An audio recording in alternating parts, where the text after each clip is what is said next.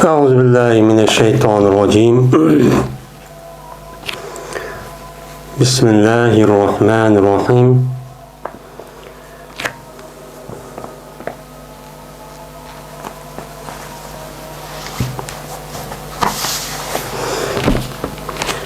Kitabul Magazi.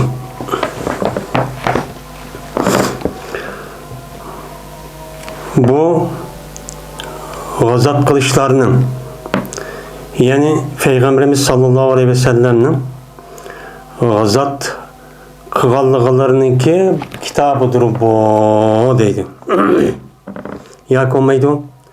Peygamberimiz sallallahu aleyhi ve sellem'ninki gazat kılan, yani uruş kılan, yani caylarınınki kitabıdır bu deydi. El-Magazi. Magazi degan Mag'zan deganniki jam'isi oludu. Magazi deb nim qiladi, uni atılıdı. Endi Magazi degan gapniki o'zi asa g'azo yag'zu g'azvan va mag'zan. G'azin pahva g'azvan pahva g'azin g'aziyani g'azuna ham g'uzat deb chu keladi. Gazuna ve guzatun, gaziyatun deb. Unda oğandikin gazaniki asli lügat mənsi bir yani məqsəd qilish. Yani mən şu yerge cəzmən ma işini qiliman deb, men muşunda degen bolsa buniki aslisi nima o məqsəd qilish degen ma'nida oldu. Məqsəd qilish degen ma'nida oğandikin aslida buniki gaza yag'zu gazvan ve gazatan deb keladi. Buniki messer mimi gazaten. Buniki messer mimisi mag'zan. Bunu mag'zan deb olgan vaqti o'zida bu yilqi messer mimi olup, yani gazat deganniki jam'isi chu bo'ladi. Gazat degan ma'niki ma'nisi bo'ladi. Yani messer mimi degan o'ziniki yilqi messer bo'lsa-mu, uniki beshiga mimdan iborat bo'lgan bunda bir ziyoda narsani akilish orqali muşda bir messer çıkırdığın bir Araplarınki bir adeti var. Benim muşu adetke asasen biz bu magaziniki yüzünün Mag'zan degen messer miminiki cem'isi de, yani bu yerde gazat kılıçlar, yani gazat kılıçlar degen çok yapıldı. Yani bu yerde gazat kılıçlar degen dikin bunu aslında buniki Mag'zanniki yüzüne isim zaman isim makanniki rama yermi ya ki daa yad'u med'en degandek Mag'zan degan vaqtida isim zaman isim makon bo'lib, yani g'azat qilgan, yani urush qilgan joy, uniki jam'isi mag'azi, marami, madai degandek chu mushtaqchu keladi. Bundaq asamichu bo'ladi. Uchonizdan bu yerdagi maqsad nima? Bu yerdagi maqsad Peygamberimiz sallallohu alayhi vasallamniki Makkadan Madinaga kelgandan hijratniki 2-yildan boshlab mana urush qilgan bir nimalar var, joylari var. Bu urushgan joylarniki o'zini, uniki gapini chu deyiladigan gap bu yerda. Yoki bo'lmaydi, Masar degan vaqt o'zida Peygamberimiz sallallohu alayhi vasallamniki shu Makkadan Madinaga hijrat qilib, hijratniki 2-yildan boshlab qilgan nimalari var, urushlari var. Yani o'zi bevosita chiqib, mana mushunda qilgan urushniki o'zini nima deydi, uni mana urush qilish, yani Mag'zan deb nima qiladi, atiladi. Yani bu yerde gazat bilen cihatniki farkı nima desa, gazat degan ishiltishda ko'pincha vaqtni o'zida men ishiltishda mana dushmanniki zaminida shu yerda berilgan urushniki o'zini nima deydi, uni gazat shu deydi. Bunda shu atiladi. Endi urush qilibdi degan Uyg'ur ma'nosiga, Uyg'urcha ma'nosi shu. Yani urush qilibdi. Buning da asas maqsad bu yerde nim boludu, uçağında ganimet doludu. Olcu oludu. Olcu olup şu arkalık anadaki uruşun üzerine düşmendeki zemindeki düşmendeki terfigen, düşmen bağ yerge verip muşudda kan bolsa uçağın üzerine ne mi deyimiz, onu gazat, yani gazi dep şu atılıdı. Hem de cihat şu, cihat diyen neme bu an. Meli o adamlık üzerine meli düşmendeki zeminde tutup o yerde uruş kan bolsun. Ya ki o adamlık üzü o yerde kılmay şu cayda turup kan uruş olsun. Ya ki olmaydı kural köteme başka nimi kılış arka İslam dinimizdeki ila kelimetullah üçün qılan uruş ve ila kelimetullah üçün qılan muşu hareketlerindeki hemmisini nemi deyimiz onu cihat ço deyimiz. Onda oğandaki bu yerde her kandak gazatninki üzünü cihat deyişki boludun. Çünkü cihat diyen ime am. Hem de her kandak cihatninki üzünü gazat kıptı digiri çoğu bombaydı hem de. Demiş kan. Çünkü mene bir adam üzünü düşmanninki zemini bağmay turup, yüzü turuvatkan yerde turup, mene koral kötürüş, koral bilen uruş kılış arkalık kılıngan işte zemini besvelep işte takkan bolsa bu nime o cihat. Şunu dek bu adam mene bu yüzge mene koral almay. O başka bir nime arkalık. Yani her zaman her makanga layık olan muşrik şaraitkan mene layık olan bir xil hareket İslam diniki ila kelimetullah asas olur cihatta. Mene muşrida kan bolsa bu nime boğan buludu cihatçı boğan buludu. İkisi otururki nime o perkço mene muşrikço ibaret. Şimdi bu yerde esas maksat Kitabul Magazi degenden meni Peygamberimiz sallallahu aleyhi ve sellemniki yüzniki hayatıda uruş kılan yani Medine'den çıkıp sırt kan yani düşman tarafga çıkıp kan uruşunu asasçı maksat kılındı. Unda oğandikin bunu asasen Peygamber aleyhissalatu vesselam yüzniki jutudun yani yüzniki yeri olan Medine olan şu cayda sırtı çıkan bolsun ya ki onun içi bastırıp gelgen bolsun şu canın üzüde bunu ne deyimiz onu gazat şu deyimiz.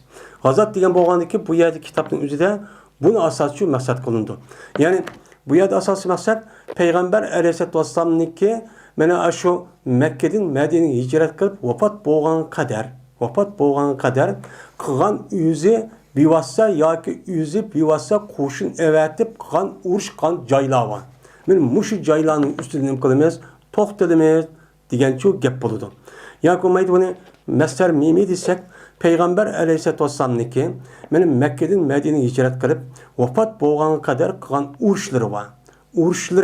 Uruş bolgandaki şu uruşnunki üstünden kılımız yadan toxtalımız degen çok gep çok buludu. Hem de Peygamberimiz sallallahu aleyhi ve sellem benim Mekke'den Medine'ye hicret kılıp şu hicret kılgandayken Medine'ye kelgendayken bir yıl etrafında mana Peygamber aleyhissalatu vesselam uruş kılmay yüzniki yeni kelgen bolgandayken bu yerdeki yeni kelgen muhacir ve onun başka İslami devletlerindeki tertip, nizam ve etrafındaki mana Yahudi ve kişiler bilen ona diplomatik münasebet kılış işini çok ip bağlan.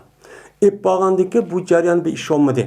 Ama hicretninki del bir yıl boğa vakti üzerinden. Yani 12 ay boğa vakti üzerinden Peygamber aleyhissalatu vesselam şu yerde birinci olup Ebva degen cay koyup uruşçu kılan. Bu yerde uruş kılışının üzerinde Peygamber bu Medine'den çıkıdı. Ben hazır keldi. Ebva degen cayının üzerinde. Onu deyken Bevvat, onu deyken Uşeyre deydi. Uşeyre'nin üzerinde bu Arap dilindeki üzerinde şu vakti üzerinde bir cayının ismi olup ya Useyre ya Uşeyre deydiken. Muşrini çok kıptıken. Kava vakti üzerinde Peygamber şu Mekke'den Medine'ye hicret kılıp del 12 ay boğa vaktin üzerinde del 12 ay yani hicri boyunca Recep ayındaki üzerinde ben Peygamber tuncu katim bu yerde Ebva degen cayının üzerine uruş kılışıyor yani uruşup diken. Hem bu yerde gazat degen gapın üzerinde fakat yüzdeki zemineden turvatkan yani üzerinde sırt çıkan vakti üzerinde ben uruş kılıp çıktı. Uruş kılıp ben de. Ama uruşun yüzü buptu ya bulmaptı. Hemmesi nime o? Am. Bu itibarla Ebva degen cayının üzerinde Peygamber şu uruş kılıp bağa vakti üzerinde bu cayınınki üzerinde uruş kılmay o yerde bir kanç iştahınınki üzerinde bu yerde yandırıp bu yerde çok yenip çok kelgen. Hem de Peygamber bu uruşun üzerinde neme deydi hem de. Nemiş kulda kıldı. Hem de babu gazvetin uşeyretti useyretti. Bu Uşeyre ya ki Useyre degen muşu uruşnunki üstelik kelime durup bu baptor. Biz muşun üstünden kılımız toxtalımız deyden. Peygamber aleyhissalatu vesselam özünki Mekke'den Medine'ye hicret kılgan deyken ölgen kadar boğan uruşnun üzerinde Peygamber yüzü bivasa katlaşkan uruşnun üzerinde mana 8 qatim urushga qatnashibdi ekan. Yoki bo'lmaydi payg'ambar alayhisalom yana ba'zi rivoyatning o'zida ya ba'zi rivoyatning o'zida payg'ambar alayhisalom mana 17 ya 16 17 19 24 degan mushta urushlar cho'pa. Men mushu ba'zi rivoyatda mushu urush cho'pa. Payg'ambar o'zi bevosita qo'mondonlik qilib chiqqan urushning o'zi bir rivoyatda 16, yana bir rivoyatda 17 yoki 19 yoki 24 mush atrofda payg'ambar o'zining hayoti bevosita o'zi askarlarga qo'mondonlik qilib chiqqan urush ekan. Endi urush bo'lib payg'ambar alayhisolamning tunji qatim qilgan urushning o'zi abva bo'lib bu chog'imizda bu yerda payg'ambar bu abvadagi urushning nimasiga bayroqni Hamza roziyallohu taolo anhu beribdi ekan. Payg'ambarning hayotidagi eng oxirgi bo'lgan urushning o'zi mana bu yilqi nima Zayd ibn Harisa bu yilqi Zayd radhiyallohu Zaydniki bu yilqi Usame ibn Zayd radhiyallohu ta'ala'nınki yani Usame ibn Zayd radhiyallohu ta'ala'nın yüzü vefat buluşniki bir qancha vaqt oldidan mana bu zatniki bu Usame ibn Zayd radhiyallohu qo'mondonligida mana shu hozirgi shu Sham yani Bayt shu Falastin tarafininki o'ziga Balqon va nima deydi aşağıya bir urush qo'shin avatibdi ekan. Qo'shin avatgandagi shu vaqtida Zayd ibn Usame ibn Zayd radhiyallohu ta'ala shu urushib berib ketib berish jarayonida qilman deb to'g'a vaqtda payg'ambar vafot bo'ldi. Undan keyin Abu Bakr mana Abu Bakr radhiyallohu ta'ala xalifa bo'lgandagi shu vaqt o'zida Abu Bakr andiki buni mana rasmiy yurgizimiz deb shu urushniki o'ziga andikin Zayd ibn Sabitniki o'zini Usame ibn Zaydniki o'zini bu yerda qo'mondonlik qilib mushta avatga urushgan. Endi payg'ambar alayhisolamniki hayotining o'zida o'zi bevosita 24 dona urushga o'zi qo'mondonlik qilib chiqibdi. Mayli urush bo'lsa bo'lmasin chiqaman deb. Yeni bir shiganiki payg'ambar sallallohu hayotining o'zida o'zi evatgan qo'mondonlik boshqa kishini qo'mondonlik qilib evatgan urushniki o'zi ba'zi rivoyatning o'zida mana 27-28. Yeni ba'zi rivoyatda ba'zi sahobalar deyishcha 46 ming shunda urushibdi ekan. 46 tane Sariya deydi o. Sariya degan payg'ambar o'zi bevosita chiqmagan, ammo uni qo'mondonlik evatgan urushning o'zi 49, yana 46 jo atrofida cho'pib ekan. Anda o'g'andiki payg'ambarniki 46, mushunda o'g'andikan bu yerda 24 bo'lgandikan 46 bilan 24 niki o'zini qo'shsak 50 yani 70 tane. Payg'ambar sallallohu hayotida o'zi bevosita qo'mondonlik qilgan va qo'shin avatgan cho'ng kichik urush bo'lgan bo'lmagan mushu Madinadan chiqish orqali mush qilma urush degan gapni urushning o'zi 70 qatim atrofida cho'pib ekan. Yani 70 qatim atrofida urushib ekan. Yani demak bizga bu islom diniki mana yetib kelishning o'zi bexaraman bunda holat bo'lmadi ekan. Payg'ambar kep hijratninki 2-yildan tortib ta vafot bo'lgan qadar urushning ustida shu bo'lgan. Yani cihatning ustida shu bo'lgan. U chog'da islom dinimizniki atrofida bo'lgan islomiy davlatning o'zi qurilgan vaqtida atrofidagi mana har xil kuchlar, dushman kuchlarning o'zi har xil shaklda mana urush qo'zg'ab boshda ish bo'lgan. Endi hozir bu yerda Uşşehir'e yoki Abva degan urushniki o'zining bo'lishi bunda bir sabab bo'ldi ekan. Buning oq ko'rinishi shu. Payg'ambar alayhisolom payg'ambarniki ashablari bo'lgan muhojirlarning o'zi Makkadan Madinaga hijrat qilgan vaqtida Makka mushriklarining o'zi ularni har tarafdan mana uni bo'zaq qilish orqali mana turmudiga so'lgan, urgan, tillagan, haqoratlagan, hattoki ularni shu o'ltirgan. Şununla birlikte andaki Peygamber'deki en ahirki yani hicretninki baş taraflarının üzerinden 3 yıl bütünden umumuzluk ambargocu yürgüzgen. Yani ambargo yürgüzü arkalık iktisadi ve ictimai taraftan emedin. Bunda oğanıki bu itibardan bulanıki koluda hiç kanlı bir iktisat kanmıgan. Şunu da onundaki Peygamber'e Allah Teala hicretle ruhsat vergendiyken meni aşağıdaki Müslümanların üzeri birinci katım meni Arabistan, ikinci katım yine kıldı, üçüncü katım Medine'm kavak düzden ola yüzdeki cenini erip lan dinini de bula hicret Medine'm için mağan. Mağan dikin uyadı kep kagan ulanınki mal mulk ve ulanınki öy vakaza binaj kırahan ulan musadır kıpçı evağan. Misal kılıp evagan. Evvel iş arka bula arandı canını hep kutulup çıkan. Bunu karşılığında bulan u yerda chiqayotgan mo'min musulmonlarniki, muhojirlarniki bütün ihsonning hammani el qo'yib, ya'ni uni musodir qilib, mushtaqchu evagan. Evagandikin ularning qo'lida mal yo'q Madinaning o'zida. Unda ularniki bu evagandiki Peygamber bunu qarshi siz bizning menimiz evagandiki siz mushu Quraysh kafirlarniki ticaret qilgan şu ticaret qilgan o'rinniki asosi nada o Şamda, yani Falastinda. Uçağınızda Falastin Şam'da degan gapning o'zi Rom imperatorluğuniki mustamlikasi edi. Bu yer shundoq bo'lib cho'ng bazolyapti. Mana bular bu Mekke'den, Mekke müşriğinin yüzü, Mekke'den yüzü, Mekke'den nimaga Şam tarafga, uçak Şam degan hozir Falastin nima yo'q. Şam degan gapning o'zi shu joy hozir Falastin, Ordon, Lobnan degan joyniki hammasi nima o? Hammasi Şam deb atildi. Shuning hammasi mustamlik bo'lgandiki, u yerda ana Şam vardı, Dimashq vardı, u yerda Falastinga, ya'ni Baytul Muqaddasga erish orqali bular anadiki bu yerda lozimatlik bo'lgan narsani shu bundoqcha ep keldi. Ticaret müşrikuna bo'ldi. Ticaret müşrik bo'lgandiki Payg'ambar sallam tunji qatimda voy mushundaq bular mushundaq Şamda hozir kevetibdi odamda. O'sha Quraysh kofirlariniki karvonlari kevetibdi degan bu xabarni anglagandan keyin tunji qatim Payg'ambar alayhisolatu vasallam yüz bilan mana birlikda 150-200 kishilik atrofida bir odamning o'zini Abva degan joyning o'ziga, Abva degan joyning o'zi mana hozirgi Madinaniki g'arb, sharq, g'arb Janub tarafga kelgan, yani bu tarafga kelgan bir joyning ismi. Bu yerda urush qildi, bu yerga chiqdi. Chiqqandan keyin u yerda bu odam ketib qoldi. U yerda urush bo'lmaydi. U yerda urush bo'lmaydi. U yerda bir qancha qabilalar kelishim u yerda yutib keldi. Bani Mudlash, Bani Zamra degan o'sha odamdan uni yenib keldi. Yenib kelgandan keyin ikkinchi qatam anadan keyin bu yerda yilqi Abvat, yani Babat deydi. U yerda yine şu Bavat degan joyning o'zi, şu Abva degan joyga yaqin bir joy ekan. Yani mushakib yine nima qildi? Yine u yerga kelgandan keyin Payg'ambar Badi Mudlash yine ularning ishi yutib keldi. Uningdagi bular u yerga bir qancha qabilalar u yerga kelishim qilib, u yerda sulh tuzab, ondan yenib keldi. Uchinchi qatimni kelgan vaqtida Ushayra yoki Usayra degan urushniki u joychi shu.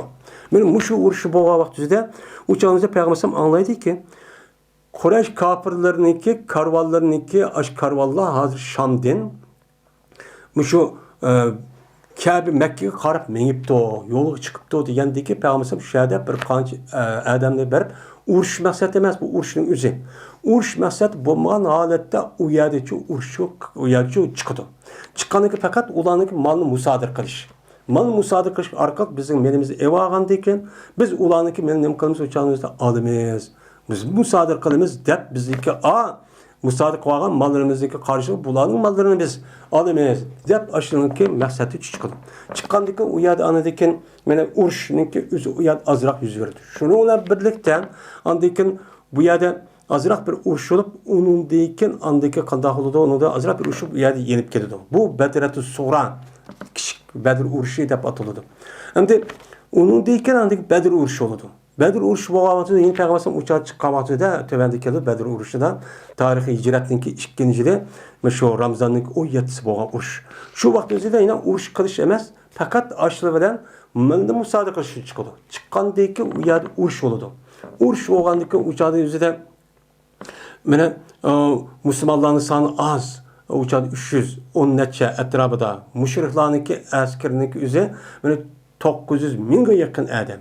Onun qoralı her xil. Bular hamma tarafni qoralmışda ekelgan bo'lgan ikkinchi ahvol. Mana bu urush mustaqil bo'lgan urush shu. Buni nima deymiz ona? G'azot deymiz. Shuningdek, mana G'azot Payg'ambar qilgan urushniki ahvoli deb mustaqil nima qilamiz u yerdan deymiz. Buni nima deymiz? G'azot deydi. Dedi İbn İshaq.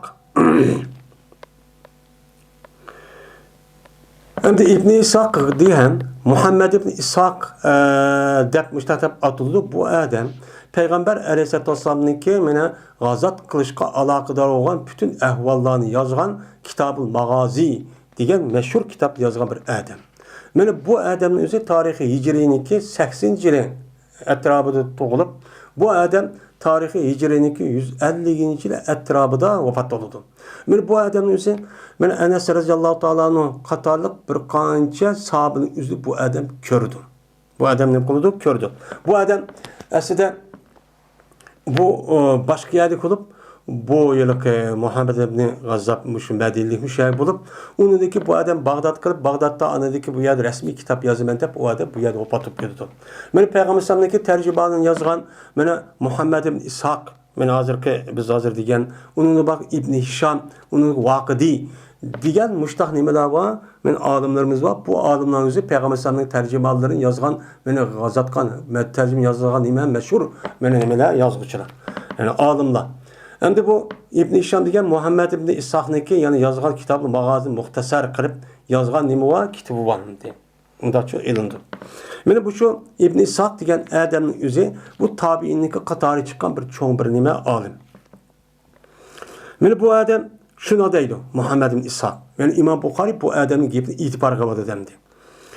Dedi İbn İshak rahmetullahi aleyh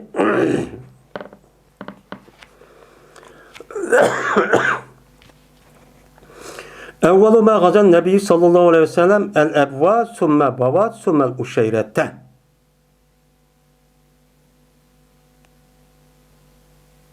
Deydi. Bilinmesin evveliki gazat kıldı Peygamberimiz sallallahu aleyhi ve sellem mene Peygamber birinci katım uruşkan. Peygamber uruşkanlıki birincisi ebvadur, andaki buvattur, andaki uşeyridir.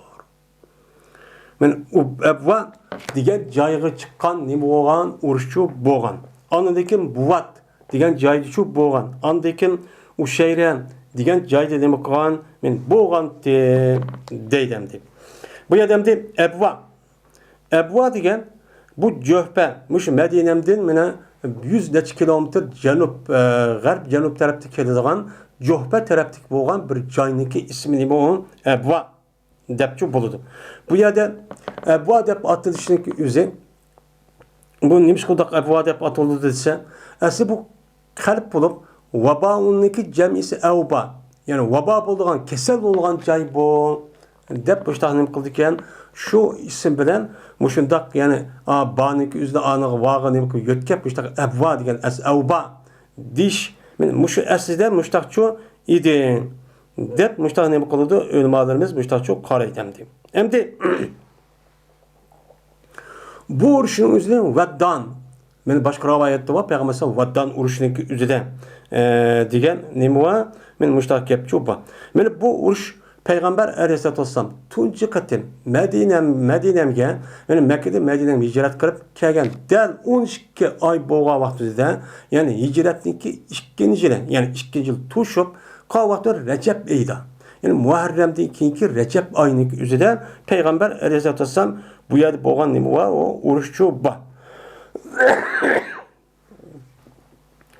Mine şu vakti üzerinde Peygamber şu vakti üzerinde beni Zemre diye adam bilen şu ay kirip Peygamber o yerde nemi kıptiken kelişim çok kıptiken. Geç bu yerde hiç kana bir uruş olmayla o yerde kayıtıp gitken. Şu vaktimizde Peygamber Medine'nin üzüge, yüzemde ayet ketkendeki uzunki naib kılıp Peygamber Aleyhisselatü Vesselam mene Sa'd ibn Ubade radıyallahu ta'ala'nın üzüge komandan kılıp yani vali kılıp yani öz örgün naib kılıp başkurduğun naib çok koyup çok kitip diken. Hem işte çok kitipken. Hem de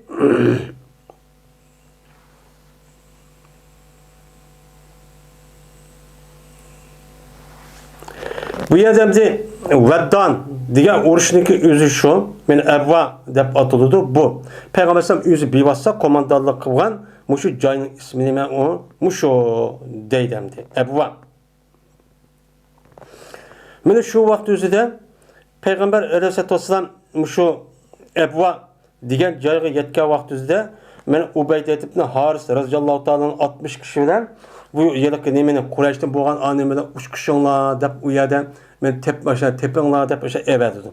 Evet ki vakti özüde Peygamber Aleyhisselatü Vesselam şu vakti özüde bir okutiş ehvalı oldu. Tuncu katem Sa'd ibn Ebi Vakkas radıyallahu ta'ala veddanda yani Ebva'da tuncu katem okuya atkan bir zatçı bu kalı demeni. Allah yolunda tuncu katem atkan oknuk üzücü şu.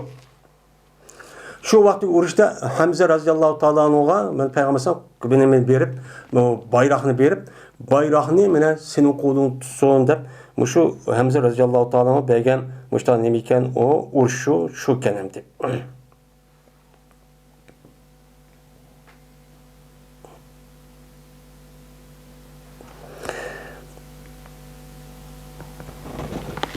Şu canlıda Ebu Cehil'den uyarıp uçuşup koyabilip kalırken onundaki uruşu bombayı gidip kalırken. Hem de işkelisi Babat.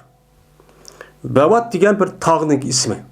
Bu tağının ismi olup bu yalık Yenbo'daki sel yakın bir cayın üzerindeki bir tağının ismi Babat deyirken şu anki üzerinde mene Recep ayındaki üzerinde bu iş oldu. Recep ay deyken anıdaki Rabiul Evvel kıldı. Rabiul Evvel kelgen vaktinde Rabiul Evvel'deki üzerinde Peygamber şu vaktinde yeni şu Mekke'deki karvallar ütüptü diyen gapni anlap şu yerge Peygamber Aleyhisselam u yerge çok keldi. Kelgendikin uçağınızda hiç kandak bir adamdan u yerge uçkaşmay men bu yerde nima keldi u yerden yine yenip keldi. Yenip çok keldi. Şu vaktinde Peygamber şu Babat degan tağlıq joyning o'ziga aşağıya bo'lgan ikkinchi qatimdagi urushning o'zida men shu Rabiul Avvalning o'zida mening Madinamga Soibni Osmon Maz'un radhiyallohu ta'ala anhu qo'mondon qilib, ya'ni bosh vali qilib, o'ziga noib shu Madinamga shu ketdi ekan. Endi u 200 necha kilometr yo'l bo'lgandan keyin u yer bir qancha kun ketidan berish jarayonida shu an berib kelish bo'lgan vaqtda 1 oy, 15 kun, 20 kun ketdi. Unda bo'lgandan keyin o'ziga vakolatan Madinamniki ishlarniki hammasini idora qilib boshqarib turadiganga men mushta odamni chu qo'ydigan gapimdi. Soibni Mas'un radhiyallohu ta'ala anhu mushak chu qo'yibdi ekan. Endi u shariga kelsak, Uşeyra degan gapning o'zi ba'zi rivoyatning o'zida Ushayra yoki ba'zi rivoyatning o'zida Usayra deb mushtaq nima qiladi, keladi. Bu Usayra yoki Ushayra degan Yanbu degan hozirgi Madinamdagi g'arb tarafdagi Qizil dengizga yaqin joyning ismini hammamiz bilamiz. Shu yerdagi bir qabila, kichik bir oymoqniki ismi bu Ushayra ekan. Shu yerda bo'lgan nima ekan o ishkan. Shu vaqtda Payg'ambar bu urushning o'zida Jumadiyal Ula, ya'ni Rajab oyidan keyin Jumadiyal Ula degan oy keladi. Mana shu vaqtda Jumadiyal Ula oyining o'zida yana Quraysh kofirlarini kelgan shu karvonning o'zini muallim musodir qilamiz deb meni Payg'ambar bu yerda nima qildi? U yerda chiqdi. Chiqqandan u yerga keldi, kelgandan u yerdagi bo'lgan boshqa qabilalar Badi Mudallaj degan qabila bor. Bu yerda Payg'ambar bu yerdan u yerda kelishimchi qildi. Shu vaqtda Payg'ambar bu urushga chiqqan vaqtda Ushayra urush chiqqan vaqtida Madinaning o'ziga meni Abi Salamat Abdul Asad degan odamning o'zini qo'mondon qilib, aşağıda nima qilib qo'ygan gap, meni vali qilib qo'ygan gap endi. Meni Payg'ambar alayhisolatu vassalamniki mushu 3 dona urushning o'zi mana Rajab oy. Mana Rajab oyda mana Jumadiyal Ula ayning o'zi Jumadiyal ayning o'zi nima bo'lgan? Men bo'lgan urushchi Rajab bo'ldi, Jumadiyal Ula bo'ldi, uniki Rabiul Avval bo'ldi. Rabiul Avvalda bo'lgandan keyin meni bu yerdagi Jumadiyal Ula deydi. Men shu urushlik o'zida meni bu yerda bo'lgan urushning o'zi shu. Bu yerda faqat 3 ta urush bo'lib, bu yerda urushning o'zida faqat u Makkadan Madinaga, Shamga kelgan shu nimeniki Makka mushrikin mollarini musodiq qilish. Şu vaqtning o'zida, shu vaqtda nima qildi? O'chog'ingizda ana ashuchi chiqdi endi. Endi Payg'ambar shu vaqt o'zida meni Madinamga shu yenib keldi. Faqat endi bir qancha kun turib, shu vaqt o'zida meni Madinamning o'ziga meni Kurzubni Jabir Pahri degan odam bu yer bosqinchilik qildi atrofini. Biz kelganda Payg'ambar andiki buni izlab, meni bu yerga chiqdi. Men bu yerga chiqib şu uyargıcı Sapran degancha uyargıcı bardı. U yerda andiki Kirz bilan Kirzibni Jabir degan odamdan u yerda urushib, uni andiki nima qildi? U yerda bir urush ahvoli bo'ldi. Urush ahvoli bo'lgan vaqtida men bu urushning o'zini Badaratul Ula birinchi qatim urushchi bo'lgan bo'ldi. Shu vaqt o'zida andiki Alloh taolo tarafdan uzina lillazin yuqataluna bi annam zulimu degan oyat tushdi. Mana zulm qilgan kishiga hozir endi urush qilsang bo'ldi. Men uni nima qildim? Ruxsatchi qildim degan oyat tushdi. Şu ayet düşkendeyken andık zulüm kılgan anda qandaq yani mana zulüm qılıp yüzdeki asli vatanning o'zini qo'g'dab chiqarilgan shuningdek atrofidagi Kurzibni Jabir degan odamniki qabilning o'zi uyat bosqinchilik qilgan unda o'g'liga endi qarshi urush qilsani bo'ladi deb mana jihad qilishga shu vaqt o'zida tunji qatim mana ruxsat berilgan oyatniki o'zini yo'qotib beynam dudimo degan oyatni o'zi nima qilgan shu vaqt o'zi uchun tushgan endi.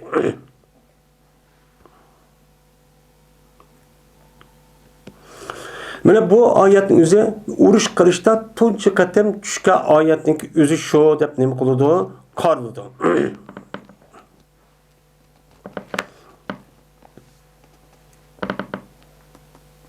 Yana undan vaqatilu fi sabilillazi yuqatilunakum. Mana sizlar bilan urushgan kishilarda Alloh yo'lida sizlar nima qilinglar? Urushchi qilinglar degan oyat nima qiladi? O'shan o'zida tushadi. Undan infiru xifafen vasiqadan degan oyat andan nima qiladi? Sizlar mayli kichik olamda, cho'ng olamda sizlarni bostirib kelaman, meni yo'qitman deb kelyapti. Mudofaa qilish jihatda cho'ng kishilarniki hammasi masalan Xandaq urushi, Badr nima, Uhud urushi degan hammasi shu o'sha bostirib kelamiz degan. Shu vaqtda chiqishniki o'zi to'g'ri bu yer jihatniki bu oyatning o'zi uchoq nima qildi? U yerda tushudamdi.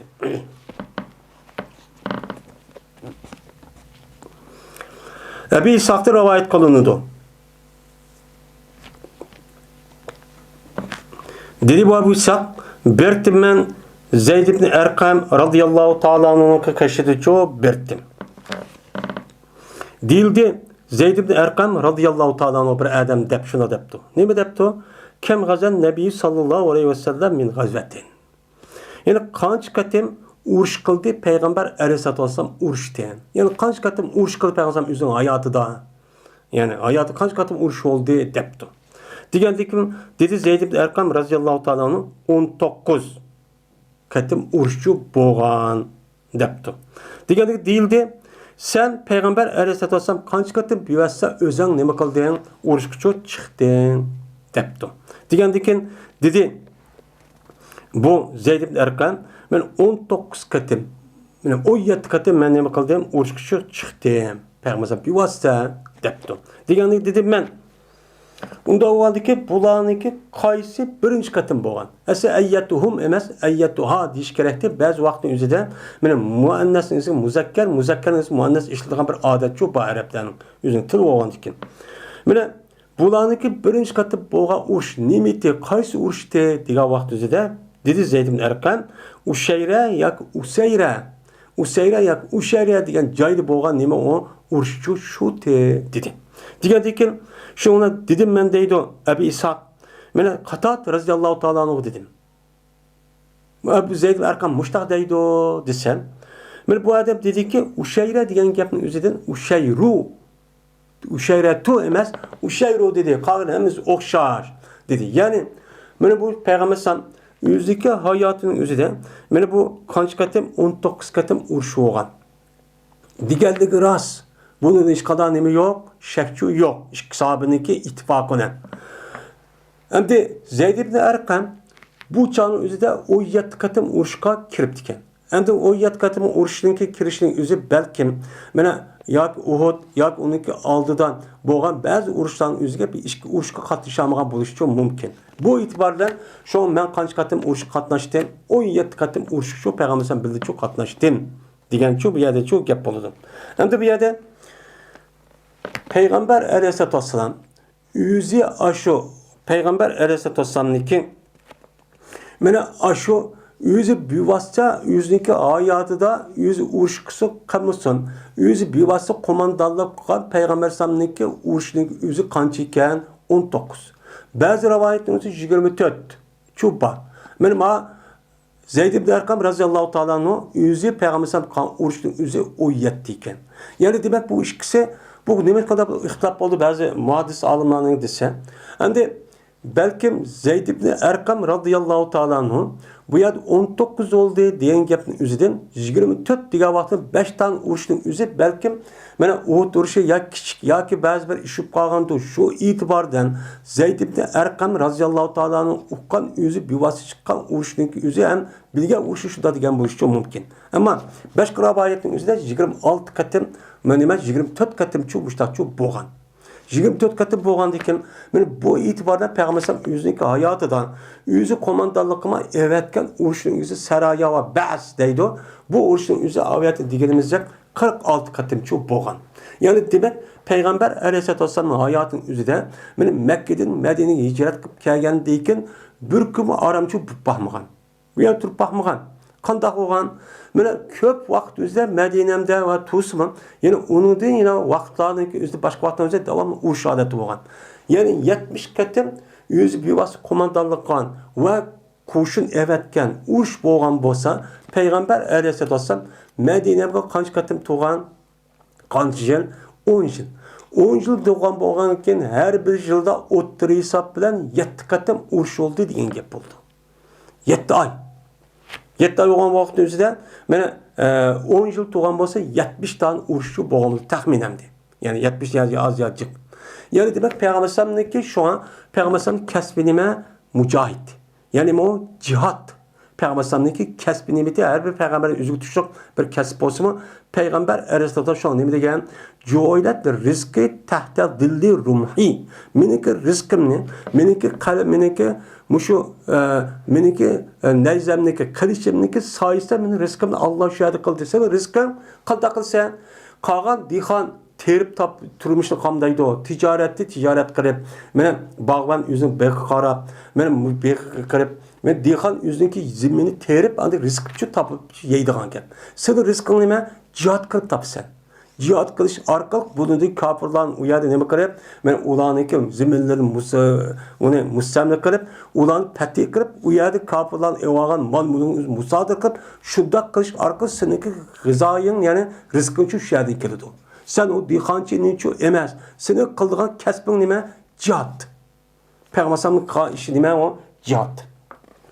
Mana payg'ambarniki eng cho'ng mana qiladigan sunnatning o'zi nima ekan? Payg'ambarga o'xshamaydigan jihad ekan. Mana qolganlar dehqon yoki chorvachi yoki bog'ban va kaza bino tijoratchi bo'lsa-mu, payg'ambar alayhissalomning qilgan ishi jihad ekan. Mana payg'ambarniki biz payg'ambarni do'raymiz, qilimiz va sunnatga ergishimiz desak, mana mush ishni shu qilishimiz shu kerak. Payg'ambar mana Makkadan Madinaga 9 yil deydi hamda texi kipla bo'lmagan 1 yil deydi. 1 yildagi 9 yilning ichida 70 qatim mana urushchi bo'lgan cho'ng kichik. Payg'ambar o'zi chiqqan qo'shin evatgan. Ya'ni demak, mushunda qilish orqali anadagi islom dinimiz mana yer sharidan iborat bo'lgan Arab yarim orolidagi Madina Munavvara o'zi qad ko'tibchi tug'an. Shunga parlagan. Bu yerda yo'q yotgan yetib yoki olmaydi, voy undaq qilsa degan bo'lmagan. Shunga andagi bu islom din barliq kirib, islomiy davlat rasmiy qurilib, shu vaqt o'zida ana mana qandaqan dunyodagi eng cho'ng imperatorlar hammasi uchun uni qalbi qo'rqinishi sog'an. Buningla islom din nima qilgan? Andagi barliqcha kelgan, taraqqiy qilgan. Mushuningla andagi taraqqiy qiladi. Chunki bu İslam dinindeki yüzü bundak bo'lishi, mana yer shonida qiyomat kunida mana botil bilan haqniki o'ttirzi kurash hargiz to'xtab qolmaydi. Shunga payg'ambarning hadisidan mana tatiba mazir nima hijrat bam ya Rasululloh degan hijrat tugidi. Makka fatihan. Lekin nima niyat va jihad va dedi. Yani siz hicret qilman desangiz nima qilasiz? Mana o'chani jihad qilasiz. Jihad qilgan vaqtingizda ham tarkatni o'zing vatanni degan bo'lgan ekan, vatanni tark etish orqali jihadga haqni zimini berib, kofirlar besib kiraman yoki unig'aman, da'vatni unmayman degan vaqtda bo'lgan urush. Unda o'g'andiki bu ham jihad hem şu hicret doludu. Eğer onu kuchunuz yetmese, ya ağırıp kapsiz, ya bir işler kapsiz, niyet kılışsınız, andaki bu ne boğan buludu, o cihat boğan buludu. Bu iş çok hep kalıdı. Mümin yüzdeki hareketi arkalık, mana yüzdeki sözü, hareketi, Qur'an'ı qo'ltish arkalık, mana bu cihat qilish kerak. Eğer onun imkon bo'lmagan vaqtida qalbida rasmi men cihat qilsam bo'ldi. Alloh yo'lida Allohning dinini a'lo qilsam bo'ldi. Men zolim kofirlarga qarshi meni urush qilsam bo'ldi. Men zaminimni ozod qilsam bo'ldi. Vatanimni ozod qilsam bo'ldi. Islom dinimizni men qursam bo'ldi deydigan bunda farolat bo'lish kerak. Muşuda bo'lgan vaqtida andikin haqiqiy ne bo'lgan bo'ladi? Mu'min, musulmon bo'lib, u chog'imizda mu'min bo'lgandan mu'minniki iymonga aloqador bo'lgan Alloh taolonikin Qur'oni Karimdagi men mushu va'dining o'zi anidagi bu kishilarga amalga oshadi. Bo'lmasa amalga oshmaydi. Bizning tariximizga qarab baksak, mana bizning tariximizda mush ishniki o'zidan mana umumiylik mana uçak ahvalı biz bilmeyimiz. Mene çoğunluğa şu bizim erkeklerimiz kıldı. Mene Sabit Damollam, Abdülkadir Damollam, onun başkan. Mene muşu katta alimlerimiz ve onun başka kişilerimiz kıldı. Ama onun umumizlik şu kalamıydı. Halkımız ne oldu bu yerde ansız, seviyesiz, cehalet, nadallıkның yüzüdü boğandıkken, men bu itibardan devlet muşu şeydi, vatan muşta olan şeydi diyen muşta bir düşünce olgandıkken, men şununki bedeldi, bununki bedel, bunu taşıvatkandıki, bunu ehemmiyet vermeyendiki, bunun karşılığından bizge bu günlük kaliş sebepçi şu. Yani çet elde veyran bu tür yürüyemiz semdi.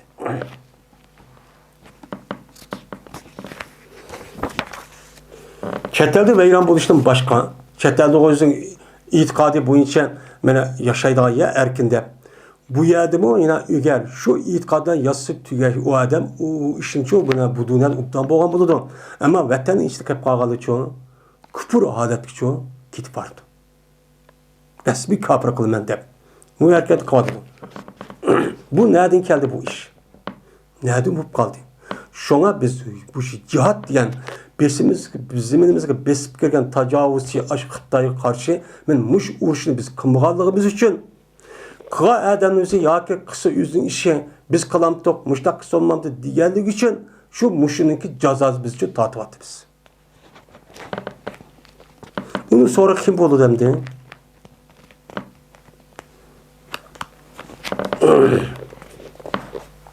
Hem adamın yüzü düşük bir mesuliyeti var.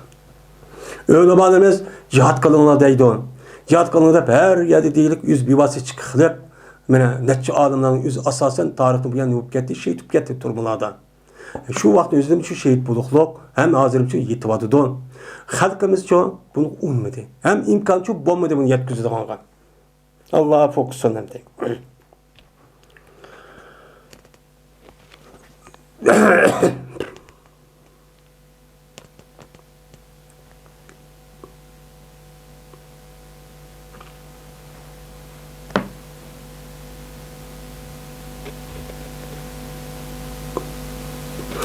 Bu şey demdi, Uşeyre, yak Useyre diyen aşu uruşun üzerinde şu Mekke'de Şam taraf kelgen aş ticaret kılmaz diyen muş uruşu bupke bula andeşedin kelse biz uçağımızı bizden şey saklap durgan ki kelse biz onunki madalını musadır kıp alamayız biz mu diyen uruşçu boğan demdi.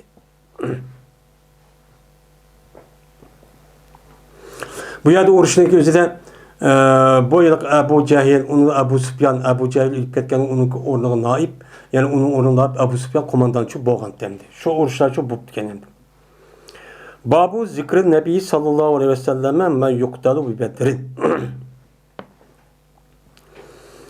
Bu Peygamberimiz sallallahu aleyhi ve sellem'nin deyişinin babıdır. Anda bir kişilik öldürüldü, o kişinin Bedir'de. Yani Bedir uruşundaki üzere kim-kimninki öldürülganlığını Peygamber aleyhissalatu vesselam mene Bedir'ninki üzü tek Medine'm kemigen vakit. Medine'mi kemigen bir vakitte Mekke'de tutup Peygamber aleyhissalatu vesselam ne mi diyen palanı kapırlan üzü Bedir diyen yani üzü de uruş buldu şu an ülüp geldi o. De Peygamber sallam muştakçı diyen. Mekke'de Medine hicret kılıştı burun. Bunu şu vaxt üzü diken muhacirlan üzü bunçu anlığan. Anlığan diken bu emniyette mene tarihi hicretin işkincili Ramazan'ınki o 7 yılı mene aşağı mene boğan bir uruş yani onun muallız müsaadaklığımıza bağavatırdı mene kütmegen bir ehvalının üzerinde mene ulanın koşunun az koral yok ulanın koşun naiti cik men muşdaq bo'lgan holatning o'zida payg'ambar men muşdaq bir urush bo'lgan. Shu vaqt o'zida muşdaq urush bo'ldi, paloni kafir o'lib ketdi deb payg'ambar Makkadan Madinaga hijrat qilib oldi, sahobalar uqtirib bo'lgan. Men muşdaq urushga demayman. Bak, men bu payg'ambar alayhissalomniki rasmiy payg'ambar ekanliginiki mo'jizasining nimasi o dediğini. Bunu kim qanday o'qidini? Mana bu payg'ambar Makkadan Medine'ye hicret kılışındaki bir yıldan ki, bir yarım yıldan ki, yani Ramazan'daki bir yarım yıldan ki Ramazan'daki 9. ay oldu de 9. ay boğa vaktimizde o çağımızda yani 2 yıllık yakın Medine'nin hicret kılışından ki bulduğun bir işin üzerinde Medine'nin hicret kılışındaki aldı da yani 1 yıl ya 2-3 yıl aldı Peygamber ya ki bir kaç yıllık burun bunu aldı kaçan dep boğan. Şu dep boğan. Bu nemin okuturdu? Peygamber ekanini okuturdu. Şu bu gapni deyişi şu. Ebi İshaq'ta rivayet kılındı dedi Ebi İshaq. Yedis bayan kıpadı bana Ömer Meymun. Şunda da ki cezben Emir ben anladı Abdullah Mesud radıyallahu ta'ala anh'ın yedis bayan kıpadı Abdullah Mesud Sa'd ibn Muaz'din. Sa'd ibn Muaz'din yedis şu bayan kıpadı. Şunda da ki cezben ben bu Sa'd ibn Muaz bertti. Bu Sa'd ibn Muaz Sadık verdi Umeyye bin Halep'ke. Dostken Umeyye bin Halep'nin üzeri. Mene Sa'd ibn Muaz'ı rivayet kılışınca Sa'd Muaz dedi. Bertim ben demek berti de bu yer iltifat. Yani bertim ben Umeyye bin Halep'nin dostu idim de cadiyet devrinin üzeri.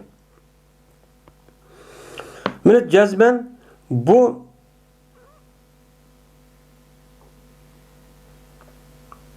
Berti Umeyye kaçan Umeyye degan Mekke müşrikinin içindeki en çoğun nime o mesulla yani başlı Katar hesaplandı. Berti Umeyye kaçanlık ölse Medine'mde üyütüp kalsa düştü bu Sa'd'ın kaşığı düşürdükken. Sa'd'ın üyütüp düşürdükken. Uçağı ötel yok. Hazırlıkta o nime yok. Kim ağın olsa yakın tukkalır olsan ya ki yok yakın dostlar olsa şunu üyütüp düşürdükken. Yani şu Sa'd'ın üyütüp düşürdükken. Yani Mekke'nin yüzü Mekke bilen Şam'niki otursa Medine'm var. Bu bir öten yol. Yani ütü bundan çok manağın ki. Şu düşürüken. O berti saat kaçanlık ötse o saat Mekke'den ütüp kalsa. Hem de Mekke'den ütüp kalsa diyen hem Mekke'den ütüp Mekke'deki merkezi oğandaki uya bu yaygımada berişimiz Mekke'de şu asası öten oğandaki düşüren cayı oğandaki uya düşüp ödedikken.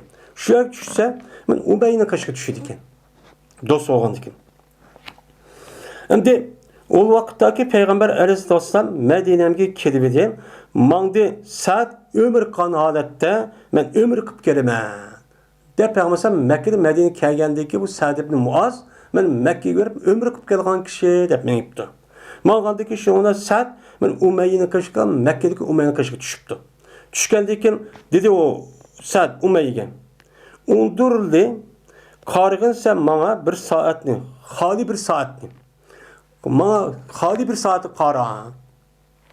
Dep şuna dedi. Yani bunda işte çünkü şikayet düşman adette olgandayken kayada bir kişi Müslüman bulup bu yer Mekke'ye gidip kalsa uçağının üzerinde bu yer vücub kılgan. Bunu tutup öldürüp ya bir iş kılgan ki. Bunda olgandayken ben adamda haliymiş da yok vaktıma bir karab bak. Şu vakt üzerinde la'alli en etufe beyt. Men Beytullah'ın tevap kılışım için mümkün şu vaktin üzerinde değil. Diyendeyken şunla makul dep o adam qaraydı çıkdı. Vay emdi yok deydi şun çık deydi şundan çıkdı. Bu Sa'd ibn Muaz şu Umeyye'den meni yakarrak kündüzün yerim var. Yani kündüzün yerim bolay diga vaqtda tuş olay diga vaqtdan şundan Umeyye'ninki uydan meni Kabe'ge tavap qilma dep çıkdı.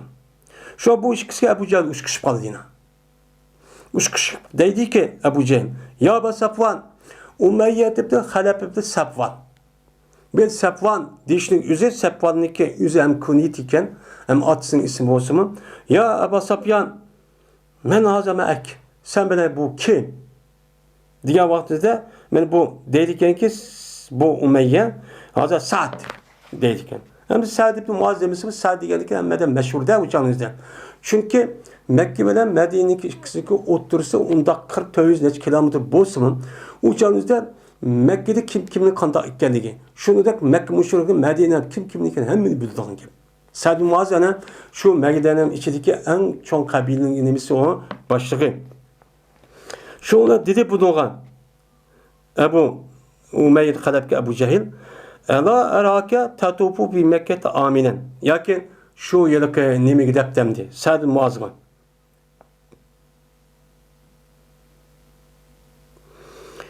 Sa'd bin Muaz Ebu Cehil dedi. Ela erake tatufu bi Mekke'te aminen vakat avaytun saba'a deptu. Suba'a deptu. Ayak kömeği bilemezsin. Tavaf kıvatsan Mekke'nin hatırlayacağım bu anayette. Oysa Mekke'nin hatırlayacağım bu tavaf kıvatmam sen. Vallahi ki sen bana sıra urun bədinizle dindik ki yenip ketkenimiz. Suba degen Subaun, Rumaun, Guzatun deydin. Sabah Yesmi degen naks yani. Yüzdeki dinden çıkıp başka bir dinine kirip ketken Adem'le Arap nimi deydi onu. Sabi deydi. Men az sabiyle urun belge Adem'le sını tutsanlar. De hazır ki hatırlayacağım da Mekke'ye men nemi kılım ben tavaf kılım ben de müştak fatsan o sen. Müştak kürvat ben kusiden deydi. Diken ve zaantum. Yine tekrar değilsile. Şunu ki cezmen sile, men ulağa yardım kılsa ve ulağa iyanı kılsa. Tekrar o sile ulağını urun berip müştak kılsa ve ulağını ki yüzüge kanda kılsa andırken men anı urun belsen ve yardım kılman, türüş müştak kılman, müştak tuğan halatki bir adam kirip Mekke'nin ki yüzüge kirip men zemine kirip hatırlayacağım müştak sen men ömür kılamsa. Bu kandak iş bu. Değil. Ama vallahi agavol qasam Allah'a eğer cezmensen men Ebu Safvan bilen bolmagan bolsan idin qaytamaydın sen ehliga sağ salamet qaytamaydın. Öldürdün deydi. Öldürüp attın. Muşu Umayyad ve Haleb'nin Safvan diye adamın ki muşu bilip turupsa men şunu hürmeti saxlap muşta qılmayı var. Hiç kadar şey qılmadan bolmuş. Öldürdün depti. Degendekin dedi Ebu Cehil Sa'd radıyallahu ta'ala. Ve kötədi Sa'd üzün avazını şu Ebu Cehil'e götürüptü. Bu Ebu Cehil degen men şu Mekke'ninki içindeki en çok nime meşhur kumandanın. Seyyid. Bu en çok başlık. Baş oğanı ki bu adam yalğız durup başta kısmı başlık avazı kötəgin gibi. Bu nime imanın küçü. Şu avazı kötədi.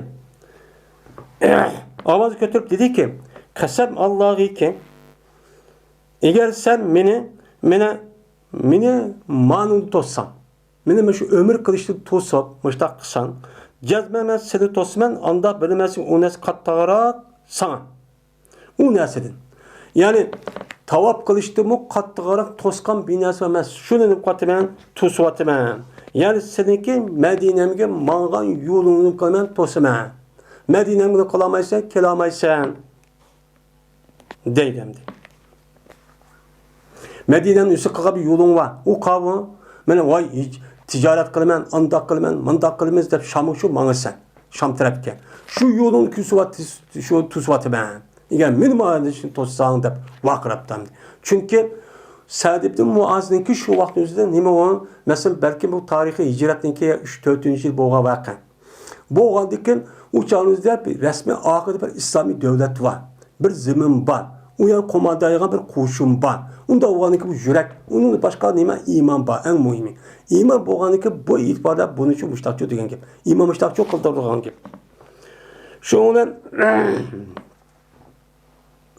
dedi anladıkken bu Muaz'ın Sa'd Muaz'gan men Umeyye senin avazını ya Sa'd Ebi Hakem'ge ki men ehli vadi olan yani Mekke'ninki vadi dep atıldı ne? Vadi'ninki üzü ve bayaban diyen gep. Şu bayaban o Mekke'ninki üzü etrafı nime hem mesela çöl cezire. Hem mesela nime o binas ösmen gayye. Onda olan ki muşu cayninki ehlininki en seyidi olan ma ademninki üzü Ebi Hakem avazını köteme. Bu kötü adam bu. Dep şu değil. Diyenlik Sa'd değil.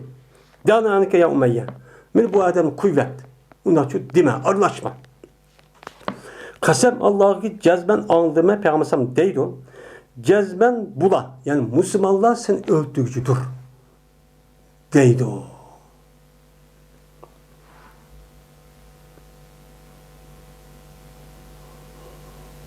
Deydi. Diğerdikken Umayye deydi Mekke'de mi o? Mekke'de öldüremdi ya nemi de öldüremdi depti. Degandiki dedi bu Sa'd ibn Muaz bilmeymen. Yani bu yani Müslümanların üstünü öldürücüdür degandiki Ebu Cehil ve onun da başka Umeyye katarlık alan hemsi ölüdü deyin gibi. Ölüdü degandiki bu yet derdi öldürüp bular dep korkup ketken gepte korkup ketken Mekke'de mi do yoki nerede degandiki ben bilmeymen depten. Peygamberimiz işte depti. Degandiki şu bilan korkup ketdi shuniki Jahdid Umeyye qattiq korkup ketdi. Öldürüp ekan deb uchun korkup ketdi. Korkup o Umeyye o'zining ahli qaytib edi, ya'ni ayolni qishiga berib mushtaq qilib edi. Dedi Umeyye o'zining ayoliga, "Ya Ummu Safvan, aya ko'mamsa, Sa'dniki menga degan gapni ko'mamsa." Degandiki dedi ayol, "Va ma qaladak?" Sen nima dedi? Degan vaqtida dedi bu Umeyye, deydi bu Sa'd ibn Muaz shuniki jazman Muhammad xabar beribdi, Muhammad ularga jazman bular meni o'ltirgizdi xabar beribdi debdi. Degandikin Fakulda da o bir Mekke'de. Degandiki dedi men onu Mekke'de öldüremdike desem dedi o bilmeymen dedi. Degandiki şu dedi işmişer nima qildin? Tügedin. Tügandiki bu Umayniki yani ömür qildi, ketdi onuga Sa'd Muaz andi Xotirjam ömür qilib Madinaga çok qaytib ketdi. Qaytib ketgandiki dedi Umayya. Endi shu vaqt o'zida ya ayolga debdi. Ayolga debdi, qasam Allohga Mekke'ninki sirtiga hargiz chiqmayman debdi. Men chiqmayman deb. O vaqtdagi bo'ldi Badr kuni bo'ldi. Ya'ni Badr kuni bo'ldi. Mana istanpara Abu Jahl'in nas. Mana umumimizni chaqirdi Abu Jahl insonlarni urush chiqarishni nima qildi? Chaqirdi. Mana Muhammadning o'zi mana sizniki ish qatim ishda to'sqinlik meni musodiq qildi, evval anda qildi, bunday qildi. Buning qarshi Abu Sufyan uçağınızı qandaq etgan Abu Sufyan o'zi yutib ketib o'qib, oxirida mushta Muhammad odamlarni mushta qiladidan silma mollarini qutuldirish uchun kelinglar deb Makkaga o'ziga Makkalik odam evatdi. Odam evatgandan Abu Jahl o'zi ashad bimish odamlarni hammani qishib achqib, shu vaqtning o'zida u musulmonlarning chiqishi hargiz urushniki niyati bilan chiqmaydi. Abu Bakrniki o'zi Abu Jahl'ning o'zi Abu Sufyanning o'zi qo'shinda mang'andan keyin karvon bilan uni odam evatib mushtaq qiladi, mollarini bakjiqtab o'shaningizda mana 500 dahmi nima odam bor ekan. Ya'ni 100 nechadak odam, shunda 500 dak to'g bor ekan. Şu 500 dak to'gning o'ziga bu nojiqmalamdi. Mushni qutuldirish uchun Makkadan odamlar kelmayga deydi. Degandiki bular ha deb yugurib chiqib bütün Mekke'ninki asas adamların melvanın adam hemmisi şu vaqtda Badrga keldi. Peygamber u yerga kelib qoldi. Kelib qolganda yerda shu urush Badr urushining boshlandi. Şunun bilan dedi Abu Jahl adamlarni hammani chaqirib Edriku irakum. Sizniki karvonini tepelanglamdi. Karvonni qutuldirganinglar deydi. Şundan yaxshi ko'rmadi Umayya shu chiqqay. Chunki Sa'd ibn Muaz'ninki gapini angladi ya.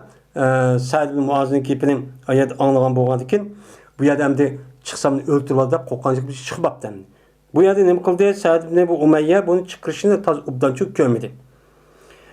Ko'rmay men şunlar keldi bu Umayni qashqa Abu Jahl kirib dediki, "Ya Abu Sufyan, ya Abu Sufyan, cezbetsen meta yaraken nasu fakat tahallabda." Men cezbetsen qaçalıqı kördü senin adamlar cezmen urushga chiqmabsan. Valol ki sen ahli vadiyiniki nemisi tutsan, sayyidi tutsan, meni uçağınızda qilib qolsang, ashunda chiqmasan tahallafu ma'aka. Men chiqmaydi, bular sen bilan mi chiqmaydi? Sen ahli vadiyning sayyidi bo'lgandan keyin sen chiqmasan qanday bo'ladi? Sen chiqmagandan keyin qolgan xalq seni do'rab chiqmaydigan gap. Bu qanday qilishing bu deydi. Degandiki shu bilan hamisha bo'ladi Abu Umayyaga Abu Jahl gap qilib hattoki deydi. Bu nima Umayya, ammo qachoniki g'olib kelsang sen menga, ya'ni menga shuna davir bu shunday gapni davir mening ustim g'olib kelding. Men şu nima qildi? Ashqishqimda qildim. Qasam Allohga ki jazman men Makkaning ichidagi eng isil to'g'ini setib oldim. Deb müştaq deydi. İsil to'g'ini shu setib oldi. Shuna umuchi chiqdi. Dedi anladiki dedi Umeyye, ya Musafvan cahizini, en iyisi tövgünü setiverip dedi ki yüzün ayağlığa, ey Musafvan, bana ne bakalım, tayyarlık kılın. Mın tayyarlap koyun. Yani tövgünü captıp, binaz kırıp, yemek içmek, binaz elip işler çok kılın. Digendi ki dedi o ayal bu Umeyye, ya Aba Safvan, cezmez sana seninki Yesrib'le kardeşin dep kalgan nesin unutup kaldın mı? Oy seni öldürürken demedemez mi? Sen unutup kaldın o gapni digendi ki deydi o Umeyye yak. Ben nimkuman unutup kalmadım. İrad kalmayman şu ki ötkeymen ular olan miger yakarak ötüme. Ben uladın bilim almayman. Uyadıysa jırgarak, yakırrak yani mengi mıtakkınan. Uğruş bozu gıp tıkış kaşıp getirmen demek kemdi. Digendi ki müştak kaptı çıktı. Çıkkandan keyin o vaqtdagi chiqib Umayya mana shu Makkadan Madinaga shu Badr urushi qarab boshlab chiqib edi. Mana tutdi bu Umayya men tushmaydi bir manziliga megalo chegidi yuzdagi to'gisini. Har qanday yer tushsa bir yerga to'gisi yeniga bog'lab qo'ydi ekan. Nimishqan? Voy atrofdan urush keldi, voy bostirib ketdi degan amalim to'gini milib qochirgan gap. O'sha çok keldi. Mana hamisha oldu bu Umayya. Mana aş iş bilan shu hamisha oldu. Aş Badr kelganga kadar hamisha oldu. Hatta ki öldürdü bunu Allah azze ve cel Badr'ci öldürüp attı. Mana bu Badr urushda mushta ishchi bo'lgan. Payg'ambar bir qancha odamning gapini shu degan. Shuning ichida Umayya ibn Xalaf batdi. Uni boshqa bir qancha odam, mana Abu Jahl va bu kishilar shu batdi. Bo'lgandiki shu vaqtda bular qanday bo'lgan anidikan o'lgan. Mana bu Badr urushda o'ladigan odamning o'zi Payg'ambar Badr urushidan burun bir qancha yil burun buni shu deb bo'lgan. Mushta shu bo'lgan shu muhim bir nima urush deydi.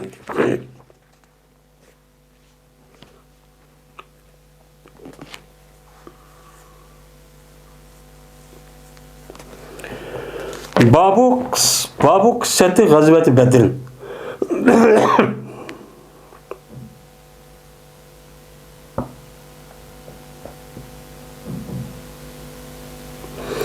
Bu Umayya Xalafni öldürgen adam Hubeyb İsab diye adamken şu adam Ensari bu adam öldürüyordu iken. Mana İbn İshaq rahmetullahi alayhi deyişide Beni Mazan Ensardan bo'lgan Beni Mazanda bir qabila var ki shunda bo'lgan bir adam o'ltirgandi buni deydimdi.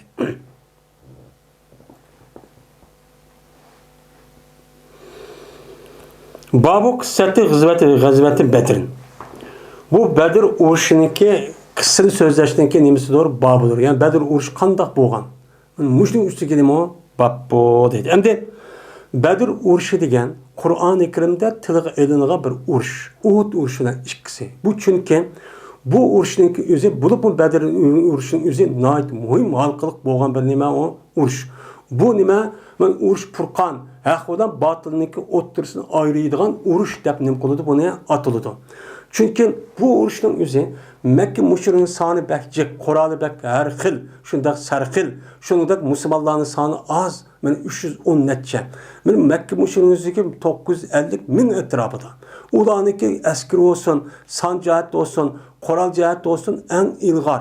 Musulmonlarning texi bir Madinaga texi kirib endi qo'san baqa olmay mushunda tuğğa vaqti o'zida bo'lgan bir urush. Ha bu urushning o'zi, bu da urush qilaman deb qolgan bir tayyor holat bo'lmagan bir urush.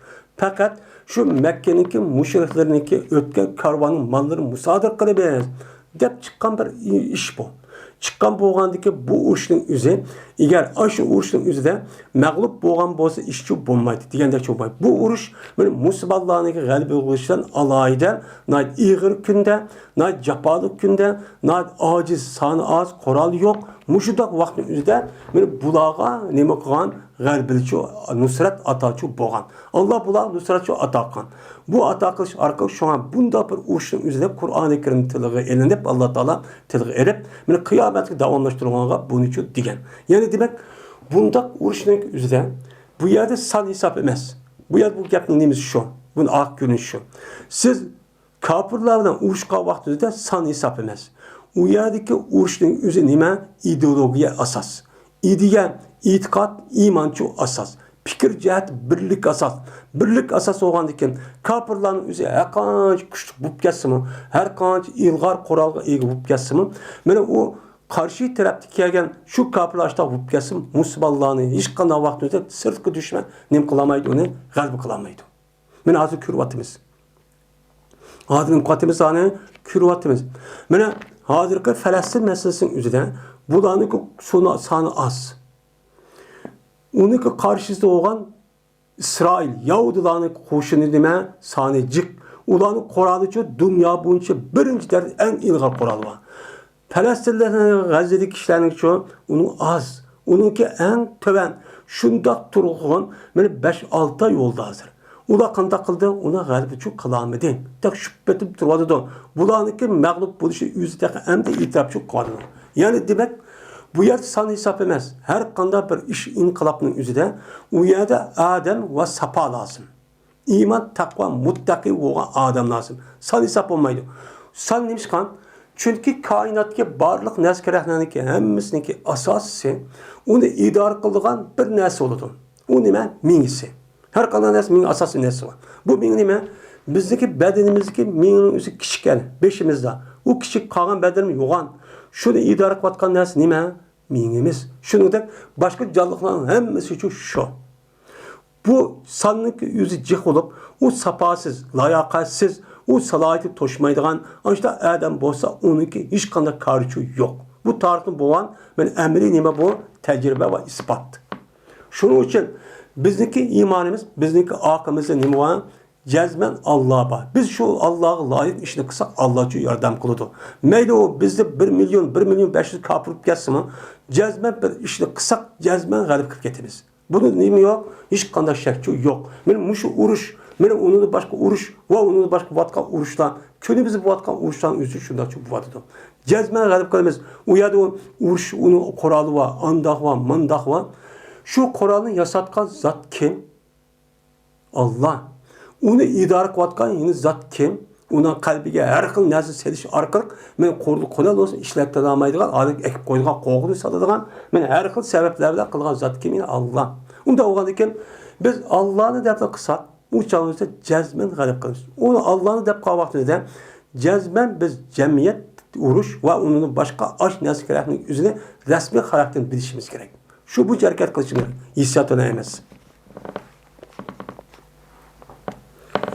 Men Alloh taolo'niki وَلَقَدْ نَصَرَكُمُ اللّٰهُ فِي بَدْرٍ وَأَنْتُمْ أَذِلَّةٌ فَاتَّقُوا اللّٰهَ لَعَلَّكُمْ تَشْكُرُونَ إِذْ تَقُولُ لِلْمُؤْمِنِينَ أَلَمْ يَكْفِيكُمْ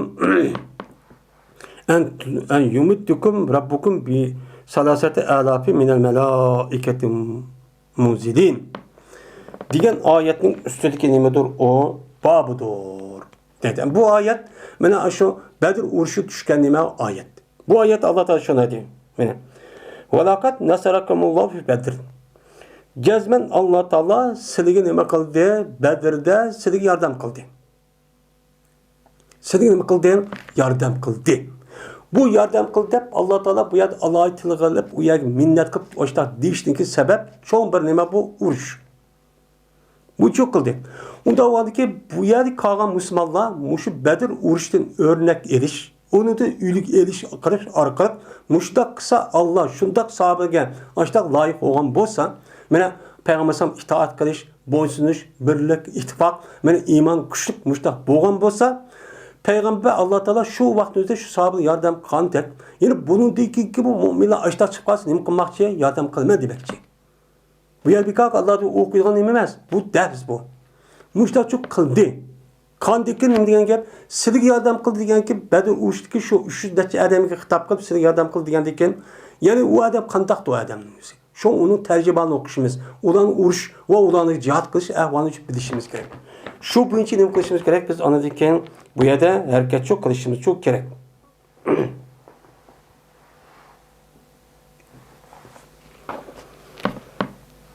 Wa antum azillatun Vadulki sizler nimeydiğinler harttanlar. Bir yerde hart digelliğinin yüzüden yani pes ulardan emez. Yani ulanıki hart töven buluşu, ulanıki san cihette az. Koral cihette nime töven. Ulanıki mene askeri nime kılış cihetten tecrübe ve övgünüş, meşk kılış derste töven. Tek ula Endi qo'saqni baqamay turib, shunda yeyisi yo'q degan holatning o'zida bo'lgan bir ish. Unda ularniki urushga rasmiy tayyorlik bunda bir odati yo'q. Ular qo'rquvchi yo'q. Undan ularning soni nima? 310 necha. Mushu.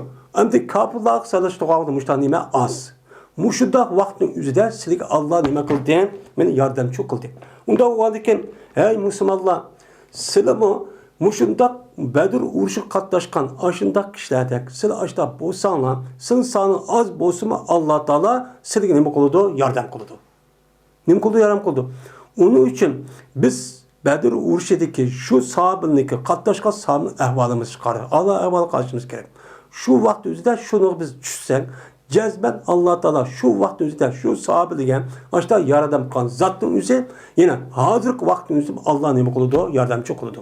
Uning uchun siz ashundaq tajovuz qilib, zaminini besilib, qo'g'lab, mujda urib talab, mujda qan bo'lsa, siz buningdan intiqom olish uchun Alloh rizoligi uchun harakatchi qilinglar. Buning uchun qilinglar. Bütün sebepler qilish. Anidagi Alloh sizni nima qiladi? Yordamchi qiladi. O'rnak elib, undan nima deb? Namun elib, dars elib. Fettakullah la'allakum teşkurun. Onda olanken siz Allah, mümin Müslümanlar, Allah'dan korkunlar. Allah'dan nima qilinglar? Korkunlar. Urush chiqqan vaqt o'zida siz Bedir urushidagi chiqqan sahobalar mustahkam turadigan, mana o'lim va har qanday ishga men fido qila olmaydigan e'tiqod, iymon bo'ladigan, birlik, ittifoq bo'ladigan, boshliq bo'ysunadigan muhtaç odat bo'linglar. Agar uni bo'lmasangiz siz Allohdan qo'rqinglar, buning qarshi Allohning azobi sizga keladi. La'allakum teşkurun. Mana shukr etishing uchun Alloh sizga nima qildi? Mushtachu yordamchi qildi. Meni yordam qilish orqali bu nima qildi? Sahobalar buni shukr qilib, Alloh biz mushundaq vaqt o'zida bizga mushtaç yordam qildi deb shu sahobalar shundaq Allohga ibodat, meni taqvo, muttaqichi harakatlarni qilib, meni bu Allohning shukrani qilgan. Bu yerda yordam qilish uchun Alloh meni shukr qilsin deb nima qildi? Yordamchi qildi.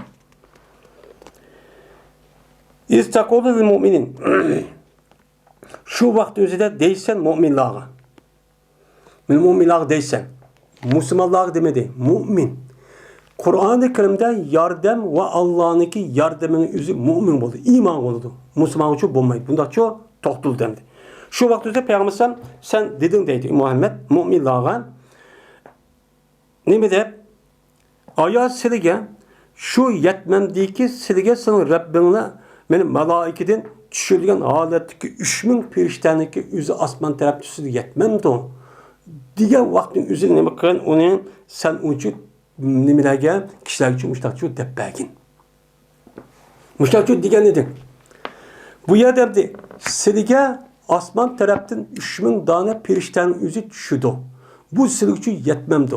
Meni quralim yo'qkan. Şuna bu Kur'an biz meşk qilmadik. Uygar Kur'anı yok. Yak andaq qildik, mandaq qildik deyengi sebep yok. Eğer siz şunu o'xshash bo'lsangiz Allah Teala qandaqki perişteni ulaq tushirgandek sizga nima qilib berdi ey musulmonlar, shu mu'minlar tushirib berdi deydi. Bela to'g'ri.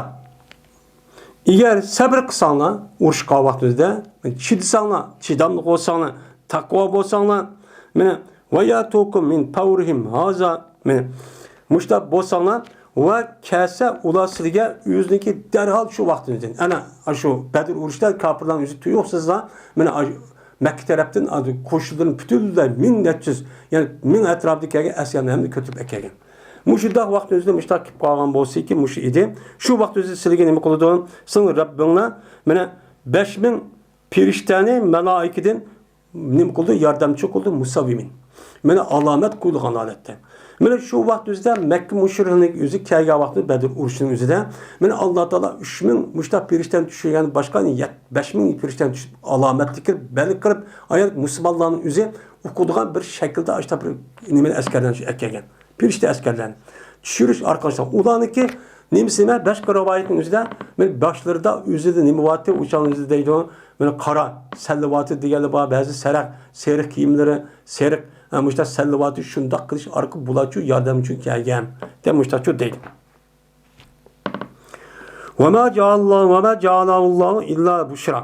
Va qimidi buni yani sizga ashta perishta tushirish orqali qilgan yordamning o'zining faqat sizga nima bo'lsin, xo'sh bishorat bo'lsin. ko'ngil xo'sh olsun, aram topsa biz mo'min, musulmon bo'lsak, davomli xafal holatda bo'lganmiz demang. Men xushallik holat bo'lsin deb Alloh taolo men odatdan set perishtani tushirish orqali silg'inma qildi. Men mushtachu yordam qildi. Va tatmayinna qulubukum bi. Va sizniki qalbinglar shu Allohniki shu perishtani tushirish orqali yordamning o'ziga sizning qalbingiz aram topsin. Ha, bizning egimiz var ekan, bizning sarimiz az olsunmi, qurolimiz töven bo'lsinmi, undaq bir xil bo'lmasimi, men jazman bizniki oqimiz Alloh var ekan, Alloh yordam qildi ekan deb mushini shu Alloh cho'lcha yordam qildi. Va men nasru illa min indillah. Men indaylazilik. Unda o'g'andikin siz yordamning o'zini faqat Allohdan qilinglar. Bu yer perishtaning kesh orqali siz yordam berishni o'zida va perishta yordam qil deb qolmanglar. Nima deydi? Faqat yordam Allohning dargohidan. Alloh tarafdan keladi. Her gün perişte yardım kıldı emez. Allah özü yardım kıl, perişten evet arka sırtları yardım kıldı ki fakat yardım kimden kıldı? Allah'dan kıldı. Allah'dan geldi ki şu Allah'dan gel yardım özü Allah beğendi ki yardım özü Allah'ın kulu doğan diken şu Allah'a layık işini çok kılış gerek. Layık buluş gerek. Şu salayı tuşuz gerek. Anladın ki bu yardım kıldı. Bomuz yardımın hiç faydası yok. Bir Allah Teala'nın müşdak kılışı neymiş kan? Liyakta tarafa minellezini keferu ev yakbitahum feyan kalbu haibin. Mene bunda kılışı Allah Teala'nın ki müşdak o Müslümanlığa hoş bişaret onu galiba kılıp kafirden mağlup açta kılışı. Mene keskey Allah Teala kafir boğan kişilerden boğan bir tarafını kesip atkay. Yani kafirlerin ki Tinte boğa bir tarafniki, ulaniki yardım kılınız. Dep düşman, Müslümanlığa, İslam'daki düşman kılışkan bir taraf kuşları var. Yardım. Mene yardım her kıl nesi. Bunu kesip için. Aktar yok kıvet için müşrikini çok kıldı. Böyle ilak kıgay Allah Teala ulanını kıgay, ilak kıgay. Şunla ulanını kıgay, yani ziyan tatkan aleti yan kıgay. Men muşu işlik kılış için senin açtan yardım kıldı. Kapırlan muştan veyran kılış için Allah Teala muştan silgini kıldı. Pirişten düşürüş açıklat. Muştan yardım çok kıldı. Dedi. Yani demek men muşu ayet kasasen Bedir uğuşunun üzü de boğa uğuşunun üzü bu alaydı için şu. Men muştan işte boğan dedim. O dedi Vahşi öldürdü Hamza Tuaymet ibn Adi ibn Cabbar diye adamni meni Bedir urushning kunida nima qilgandi? O'ldirgandi. Bedir urushining o'zida mushta ushlar ko'p bo'lgan. Deydi. Endi bu Vahşi degan gapning o'zi bu yiliq Vahşi shu yani. Vahşi ibn Harb. Mana bu Hamzat Abdulmuttalib Tuaymet Abdul Cabbar degan men mush adam nima qilib ekan, uni o'ldirib ekan. Ve Allah Teala'nınki ve izyayidukumullahu ihda taifeteyn enna lekum ve tevedduna enne gayre zati şavketi tekunu lekum diyen Allah'ın sözünün nemesi doğru babıdır. Men Allah Teala şuna degen şu vaqt üzerinde Allah Teala sizga ikki taifninki birini nima qildi? Va'da qildi. Ikki taif qavm. Birisi Ebu Süfyan qatorliq, mana bu yerga nima? Ebu Süfyan qatorliq kishilarniki nimadan Sham tarafdan kelgan nimalar karvonniki mollari. Bu. Yana birisi shu Makkadan umumizlik chiqqan. 1400 yani 1000 yaqin Abu Jahlning boshqaligida chiqqan nima bir urush. Bu yerda ikki toif bo'ldi. Alloh taolo ikkiniki birini nima qildi? Jazman bu urushning o'zida jazman nima qilsa, unda g'alaba qilsa va'da qildi. Va'da qilib, shunda da va'da qildiki jazman mana annaha lakum mana ikki toifning birisi siz uchun bo'ladi. Ya ularni g'alaba qilsizlar. Yoki olmaydi molni uchun musodiqa g'animatlar uchun yonisizlar deb nima qildi? Mana mushujo va'da qildi. Lekin yaxshi ko'rdingizlar, shuniki jazman Shavkatniki boshqasi bo'ladi, siz uchun bo'ladi. Shavkatning boshqasi nima? Shavkatniki boshqasiki Shavkat nimiten oyada tutib kofirlarniki aşağıda yiliqi kuch quvvat deydi. Ashniki g'ayri o'g'an, ya'ni o'ltirishning g'ayri o'g'an mal. Aşağıda kelgan mal eplab shu Madinaga yetib kelsak deydiganingiz bu arzu qilgan. Siz mushuni nima qildinglar? Siz shuni yaxshi ko'rdinglar. Ani o'ltirmasak, kofirlarni o'ltirmasak, deb başta kıldın. Lekin Allah Teala ikkisini birini cezmen onu nima qiladi? Buni va'da qilish orqali sizniki o'zingiz cezmensizlar g'alaba qilasizlar. G'alaba qilib ularni o'ltirib başta qandiki mingdak odamlar shundoq bo'lsin, qurol kuchida ziyod bo'lsin.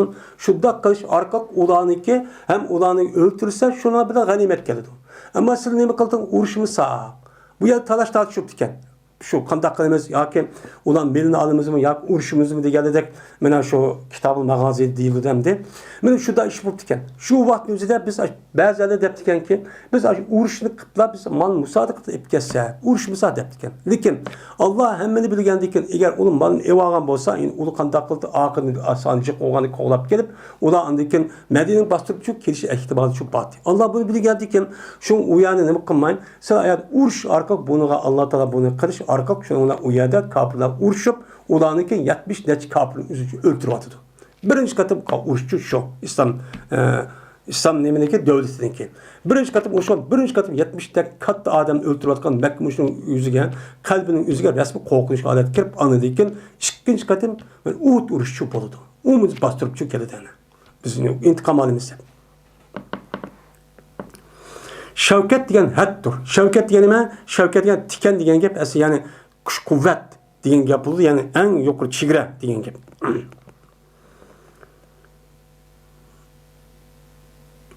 Dedi Abdullah ibn Ka'b, andırma Ka'b ibn Malik radıyallahu ta'ala deydi. Ka'b qalmagan edim men Peygamberimiz sallallahu aleyhi ve sellem'den bir urushdagi urush qildim. Faqat Tabuk urushi Ka'b qalgandim. Tabuk urushi Ka'b qalma, Tabuk urushi Ka'b qalib, uçatı urush qildim, boshqa urushga hammasiga nima qildim, chiqqandim. Lekin men Badr urushida mucho Ka'b qaldim. Meni tanqidlanmadi, hech qanday bir kishiniki Ka'b qaldi o odam, shu Badr urushida Ka'b qalgan odam hech qanday nima qilmadi, tanqidlanmadi. Oy sen Badr urushga nima qilmading, chiqmading, onda qilmading deb tanqidlanmadi. Bo'lmasa Badr urushi eng katta urush. Şuna Badr uruşu qatnaşqan va şehit bo'lgan kishilarning o'zi mana bu nima? Mana asharatul mubashshirniki oxirida qolgan, mana muhojir qolgan, unidagi eng katta kishilar deb atiladi. Shuna Badr uruşu qatnaşqan sahabening ismini alohida yod oldigan ish shu barkatlikda. Aytadi shu bor. Gap shunasi chiqqanda payg'ambar men holatga iroda qildi payg'ambar Qurayshninki nimasini karvonlarini. Qurayshlik karvonni iroda qilib bu yerda urush qiladi deb chiqman. Faqat ularning malni musodiq qilma deb chiqqan.